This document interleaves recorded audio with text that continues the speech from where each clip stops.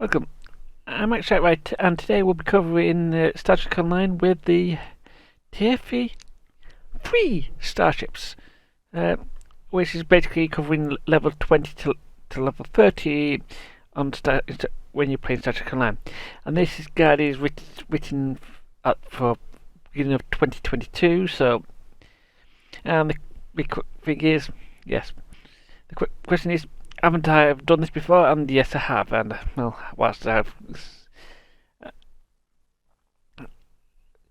because it's basically 2 years ago when I covered the Federation only ships. I mean, it was there've been changes to the ships since then, and well, I didn't cover anything other than the Federation ships last time, and with who can fly them and what's the cost. So let's recap the stuff.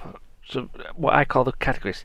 The stuff we'll be covering today with the free ships, which will be purchased with a quote invisible free token upon level up for said rank. So as soon as you hit level 20, you'll get this free token. There'll be a small cost of delivery if you want to buy another one of these ships after using that token. The paid ships have a unique console that comes with that ship, and quite often has a unique skin. The cost is quite significant, and in this case, it's 10 days of refined dilithium. So let's cover the recap since my last video. Prior to 2019. Tier 1 to 4 ships cost Zen and unlocked across all the account. Roman captains could fly Tier 1 to 4 allied ships, but only Roman captains could fly Roman ships at all. In 2020, they changed the Tier 1 to 4 ships to cost dilithium and are now per character, not per account. All captains could now fly any Roman ships and any previously purchased ships in tiers 1 to 4 are still unlocked on the account. Only a handful of tier 1 to 4 ships can still be purchased with Zen, but they are part of a large pack, and basically and I'll note them when I talk about them. And last year we made some additional changes. For any additional changes, in addition to the changes that were in 2020, they added the fact that could have, if you had for any account that has a Klingon Defense Force character, that must be a Klingon Defense Force character, not a Roman who's allied with the Klingons, or Dominion character that is allied with the Klingons. That has to be a proper Klingon Defense Force character at level 65, or you've purchased a pass for Zen, can fly any ship, assuming you already have access to it.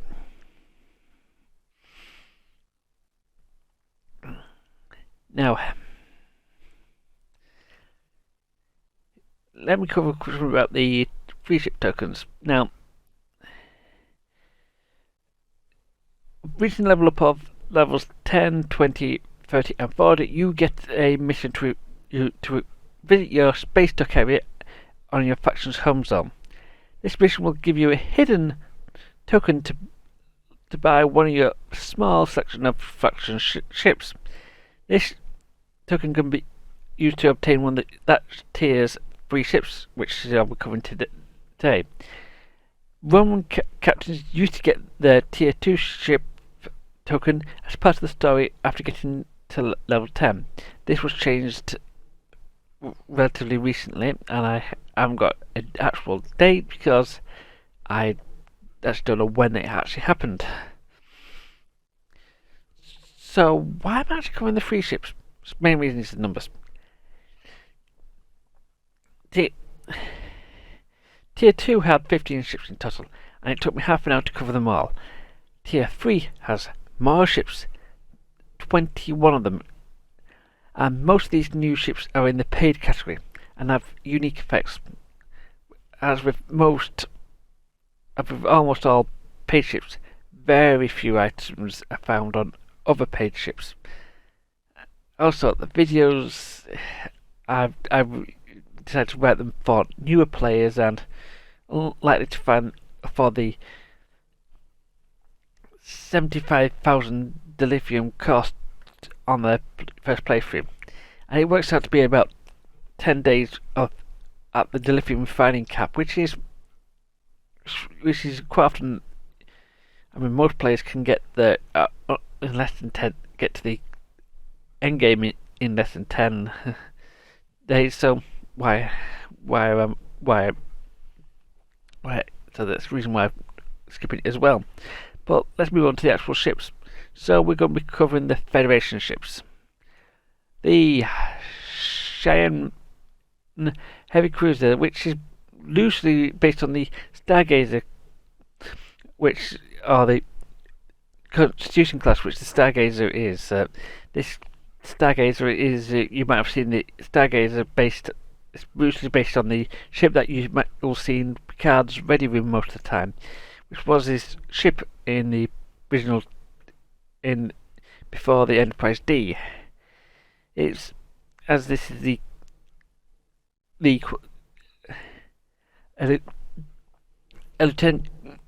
its biggest thing is it's now you now get to the point where you are now showing its particular class is beginning to show its strengths as its class. If you get so, this is basically Lieutenant Commander Engineering and Ensign Engineering with tactical and Lieutenant Science. This is an okay defensive ship you may want to fly. This particular one I particularly recommend for new players if you still feel like you can't do much, feel like you are unable to do much in the way of fighting. But this is not the only ship you can pick. The Escort is the variant. Ship option is the Akira Heavy Escort, which is based on the Akira class within which is canon design. Although this might be the an older image version of it, but this is very tactical focused, and I recommend and you can pick up dual cannons and very nice to fly around with this. And it can hit quite hard if you want to fly an escort as your Federation captain. The science option really is the science vessel is the Olympic Research Science Vessel, and it's got a 3-2 weapon layout. It's pretty much the first science vessel which, in my opinion, is able to actually do science vessel things, because this is the earliest time you can get hold of gravity well, and you now get a lot more science stuff, and you can do a lot of get into the high-end science stuff. So this is a bit what I call it. At this level you've just got into your beginner now get feel for each type of ship as you move along. Now, that's all the free options for your Federation or Starfleet captains. Now, if you had picked the Klingon Defense Force as when you started, you can pick the choice of Klingon ships, of course, and you have to choose your choice between the following three ships. The first option is the Nugget bird of prey. Now, this is pretty much a bird of prey by design, and it's about is very flexible and can play quite a few roles within this position due to your bridge officer seating being all universal with a lieutenant commander universal. So if you want to play science, you can do. If you want to play tactical, you can do. And I wouldn't recommend playing engineering, but you have the option to do so if you so wish. Only because engineering, if you're engineering heavy with tanking, well, this is the one of the weaker ships. So you don't want to be really tanky with this ship. But if you do want to do tanking, one of the options is the Katanga battlecruiser, aka the D7.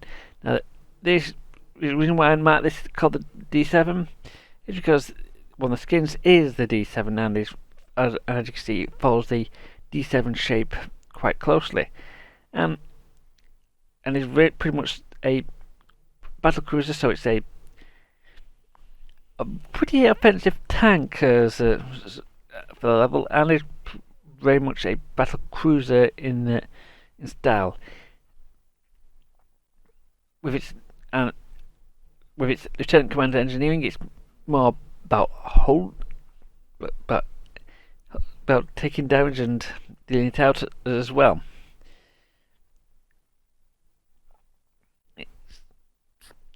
And if you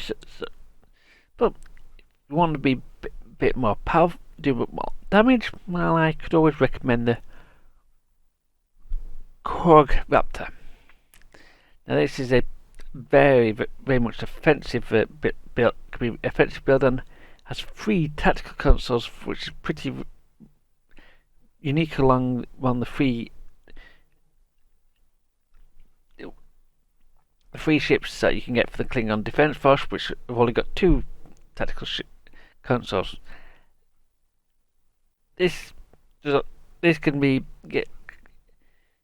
equip both dual cannons, and can do quite a bit of damage if you so wish. But you do have to be careful. But this has slightly less takes a bit more damage than the Klingon bird of prey. She's a little less manoeuvre as well, but she's between the bird of prey and the battlecruiser in terms of maneuverability and defenses. Now, if you like my character Merzo, he's with the Roman Republic. Now, Merzo is got. So what does Merzo and his allies along with the Roman Republic will get hold of? They'll get hold of the heavy warbird.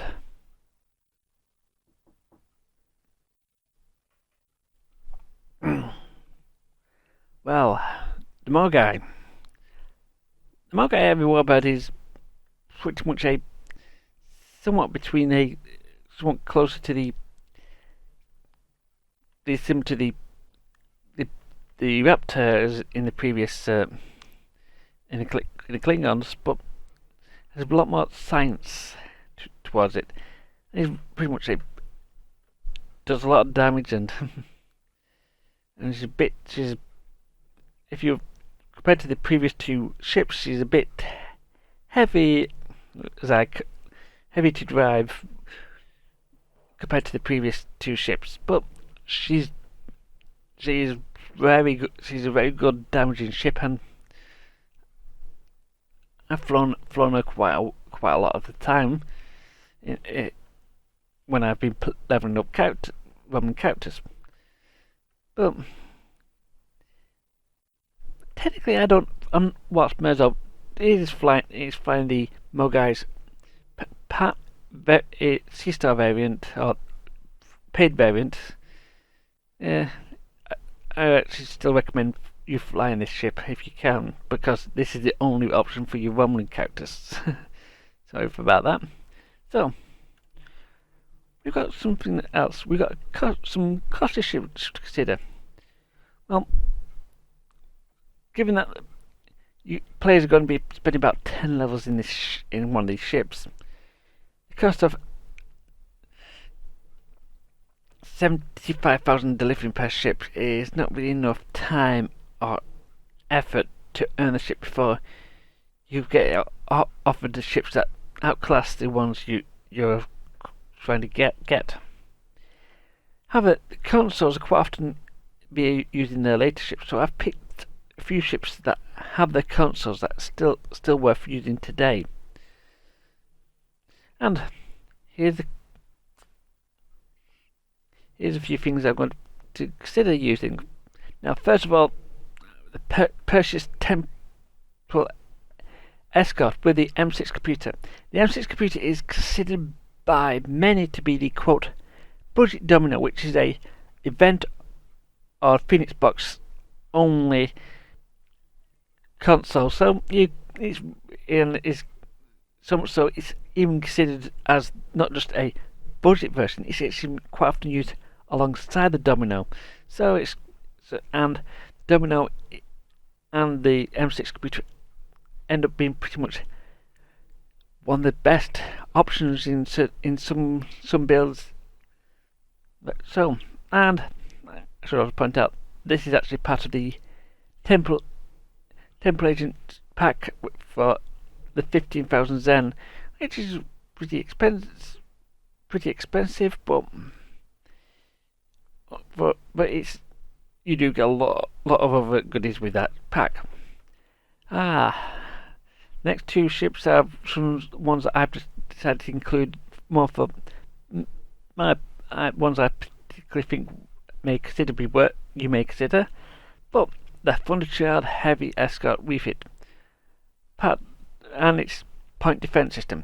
This basically does a phaser area attack and is part of a set, so you may want to consider it if you do want to complete the set. Sadly, it's not really been a meta build item for the builds, but it's nice. It has a nice phaser attack for your phaser builds, but it's never been a meta-defining one such as the Perseus. The Ningto Bird of Prey, which includes disruptive quad cannons. It includes the fast firing quad cannons, which is dual cannons with it fits the dual cannon, which basically fits in anything that you can slot dual cannons in, and it's recommended if you want dual cannon. Don't run a cannon build with disruptors.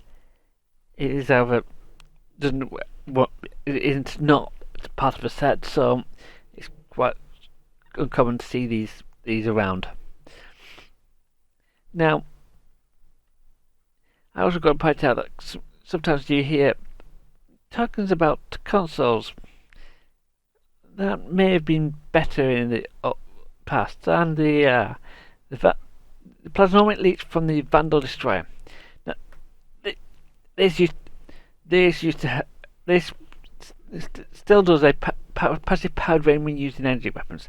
However, they basically added a cap onto the drain to instead of being as much as you can get the drain as much drain you can fit in your ship to as much to a cap of 7.5 power per system. So it ends up being a bit of a it's to make it work. It's not particularly brilliant to make it work, but it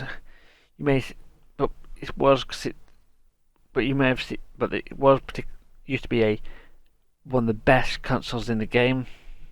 I named a few ships. One of my ships one of my Noise Vandal Destroyer's best console just because of what it was at the time. The Valdor Heavy Warbird, the Shield Absorptive Frequency Generator, a shield healer that was randomly applied per shot.